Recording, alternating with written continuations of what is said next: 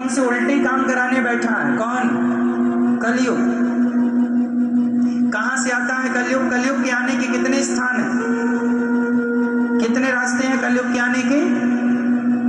4। कौन कौन से रास्ते हैं? कलयुग के आने का पहला रास्ता है जुआ। है या नहीं? कलयुग की बात नहीं करता मैं, द्वापर युग में बात करता हूं। बताइए, द्वापर युग में भी जुआ खेला था किसने? मैं ये बता दो मेरी माँ, किसने खेला था? द्वापर युग में जुआ किसने खेला था? पांडवों ने और कौरवों ने। तो जुआ खेलेगा जो, तो आएगा कौन? जोर से कौन आएगा? कलयुग आएगा। और कलयुग क्या कर? कलयुग का नाम है कली। कली मीन्स कलह, जो झगड़ा कराए वो कलयुग। जो झगड़ा कराए वो कलयुग है। तो जुआ खेला कौरवों ने, तो झगड़ा हुआ कि नहीं? महाभारत हुआ। किसके कारण हुआ? जुआ के कारण। इसलिए कलयुग के आने का पहला रास्ता है जुआ। कौरवों ने जुआ खेला तो सर्वनाश हुआ, पांडवों ने जुआ खेला तो 12 साल का वनवास, 1 साल का अज्ञातवास हुआ। उनकी संपत्ति हड़प ली, खत्म हो गई, नष्ट हो गई। स्वयं की पत्नी दाव में लग गई। क्यों जी? कितना नुकसान ना हुआ बताइए? सब कुछ चला गया। किसके कारण? जो बोलो मेरी मैया, ओ मैया, किसके कारण मैया? तो जुआ आप लोग तो नहीं खेलती हो मैया?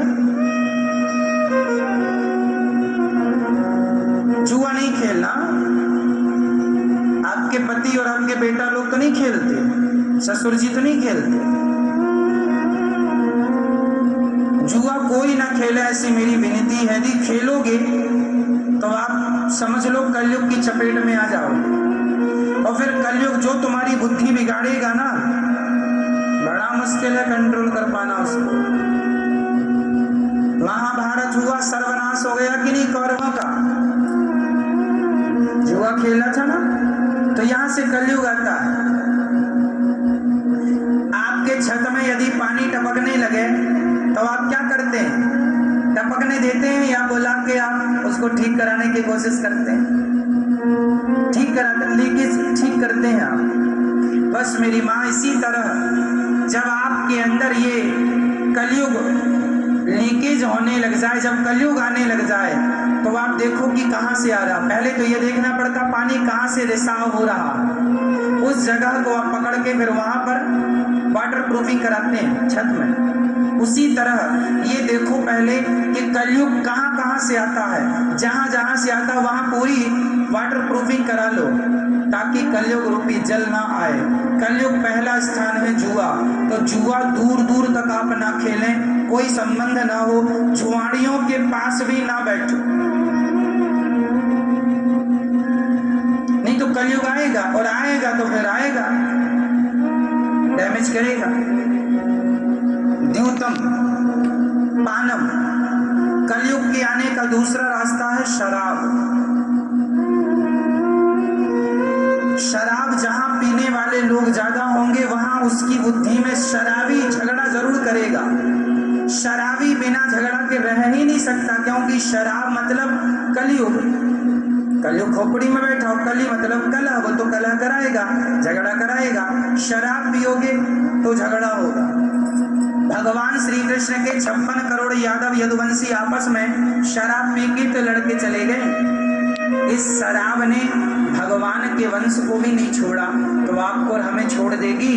ये सबक है कि शराब ने यदुवंशियों को नहीं छोड़ा, तो आपको और हमें छोड़ देगी। इसलिए शराब जरा दूर रहिए शराब से।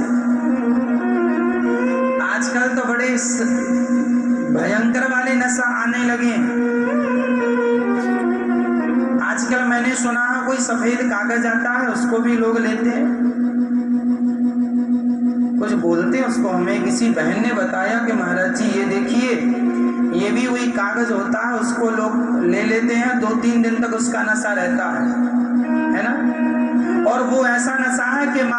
बेटा शराब पिए तो माँ पकड़ भी लेती है कि तूने शराब पी रखा है, पर वो आजकल ऐसा नशा आ गया है, वो कागज दवा लेते हैं लोग अपने मुंह में, तो माँ बाप पकड़ भी नहीं पाते और 2-2 दिन तक उसका नशा रहता है। मतलब इतना खतरनाक नशा। और कुछ नाम है, देखो अपने को तो इसका आइडिया नहीं है नाम वाम का, पर होता है कुछ, स्मैक वगैरह बोलते हैं। और भी कुछ है, स्मैक तो ठीक है आप सब जानते हैं, कुछ और है, कोई कागज उसमें लाल धारी होती है, वो कागज में नशा होता है। अब आप लोग ट्राई ना करना, हम केवल बता रहे हैं आपको कि आजकल के बच्चे, आजकल मैं माँ बाप को समझा रहा हूँ कि देखिए आप लोग बच्चों को अच्छे संस्कार दो, यही एक उपाय है। वरना आप सोचो कि मेरा बेटा शराब तो पीता नहीं है, तो मैया शराब से खतरनाक नशे भी आने लग गए हैं बाजार में। शराब में तो बदबू आ जाती है, किसने पी रखी है, पर शराब से ऐसे ऐसे नशा आते हैं, 2 दिन तक नशे में छोड़ा रहेगा, पता ही नहीं चलेगा। कुल मिला के हर नशा खतरनाक है, और जहाँ नशा है वहाँ पर विकास नहीं होगा आपका, आपका मस्तिष्क शून्य हो गया, काम करना छोड़ देगा।